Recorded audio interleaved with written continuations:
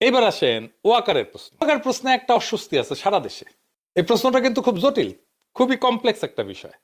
মানে যদি ধরেন বাংলাদেশে সবচেয়ে বেশি খারাপ অবস্থায় কে আছে, একজন মানুষ, এটা হইতেছে ওয়াকার। কারণ ওয়াকারের উপরে সবাই বিলা, আমরাও বিলা, হাসিনাও বিলা। হাসিনারে পলায় যেতে দিলেও, আওয়ামী দুর্বৃত্তদের পালায় যেতে দিলেও হাসিনা বিলা তার উপরে। কারণ হাসিনা মনে করে ওয়াকার চাইলে তাদের রক্ষা করতে পারতো, কিন্তু করে নাই। এই সমস্যাটার সমাধান করা যেতে পারে একভাবে। সব রাজনৈতিক দল খালেদা জিয়ার উপরে আস্থা ন্যস্ত করে বলবে যে আপনি ম্যাডাম আমাদের পক্ষ হইয়া তারে গ্যারান্টি দেন, মানে ওয়াকারকে গ্যারান্টি দেন যে ওয়াকারের ভবিষ্যৎ নিরাপত্তা আমরা দেখব, তার যেন কোনো সমস্যা না হয় এটা আমরা দেখব। ওয়াকার নিজে গেছে খালেদা জিয়ার সাথে দেখা করতে। হ্যাঁ, খালেদা জিয়া হয়তো বলছেন কি বলে নাই আমি জানি না, কিন্তু খালেদা জিয়া যদি সমস্ত রাজনৈতিক দলের ম্যান্ডেট নিয়ে নিজে গ্যারান্টার হয়ে ওয়াকার সাহেবকে বলে, তাহলে ওয়াকার সাহেব ঘুটু করার কথা চিন্তা করা বাদ দিয়ে দেবে। বাংলাদেশের আগামী সময়গুলো কিরকম ভাবে যাবে সেটা নিয়ে নানা অনিশ্চয়তা শুধু রাজনৈতিক দলকে না, জনগণকে চিন্তিত করছে, বিচলিত করতেছে, বিপর্যস্ত করে রাখছে। বাংলাদেশকে সুস্থির করা দরকার, অহেতুক সংঘাত বন্ধ করা দরকার, এর জন্য সচেতন প্রচেষ্টা নেওয়া দরকার এবং এই কাজে খালেদা জিয়াকে যুক্ত করা দরকার। দেশের মানুষকে চিন্তামুক্ত করার জন্য প্রফেসর ইউনূসকে দায়িত্ব নিয়ে এই কাজগুলো করতে হবে।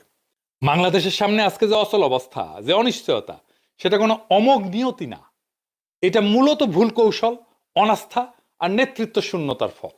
এই সংকটের সহজ এবং দ্রুত সমাধান আছে যদি রাজনৈতিক দলগুলো নিজেদের গোড়ামি আর ভয়কে অতিক্রম করে জাতীয় স্বার্থে ঐক্যবদ্ধ হইতে পারে। ফ্যাসিবাদ বিরোধী শক্তিগুলোকে এমন একজন মুরব্বীর পেছনে দাঁড়াইতে হবে যার সিদ্ধান্তকে সবাই নির্দ্বিধায় মেনে নেবে এবং যার গ্যারান্টিতে সবাই আস্থা রাখবে। আজ আমাদের সামনে দুইটা পথ খোলা, একদিকে বিভক্তি, ভয় আর ক্ষমতার দ্বন্দ্বে ডুবে গিয়ে দেশকে আরো অনিশ্চয়তার দিকে ঠেলে দেওয়া, আর একদিকে পারস্পরিক আস্থার ভিত্তিতে নতুন এক গণতান্ত্রিক চুক্তি তৈরি করা বাংলাদেশকে স্থিতিশীল, শক্তিশালী এবং মর্যাদাশীল রাষ্ট্রে রূপান্তর করা। আসেন আমরা দ্বিতীয় পথটা বেছে নিই।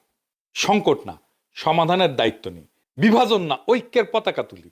ইতিহাসের এই সন্ধিক্ষণে আমাদের প্রত্যেকটা সাহসী পদক্ষেপ ভবিষ্যৎ প্রজন্মের জন্য আশার আলো হয়ে উঠতে পারে। বাংলাদেশকে স্থিতিশীল করার এই মহান কাজটা আর কালক্ষেপণ না, আজই শুরু করা দরকার।